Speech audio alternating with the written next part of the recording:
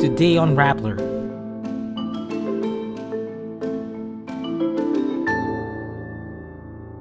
Senator Ping Lacson links former Public Works Secretary Manuel Bonoan to a construction family business engaged in flood control projects. A former Bulacan Public Works official tagged Senators Jinggoy Estrada and Joel Villanueva as having received kickbacks in anomalous flood control projects. Top flood control contractor Curly Discaya denies making direct transactions with Martin Romualdez and Zaldi Co.